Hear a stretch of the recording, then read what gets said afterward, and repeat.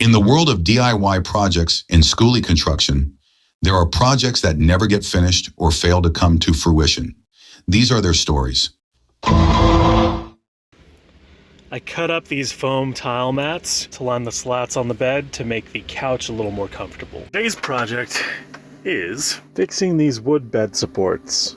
It's not like there's anything necessarily wrong with them. They just do not hold the cushions in place. So what I'm hoping to do is take some of this Flex Seal here and rubberize the very tops. Make sure you have adequate ventilation when you do this. I have one window open here, this vent fan pulling air out, and the air conditioner blowing air.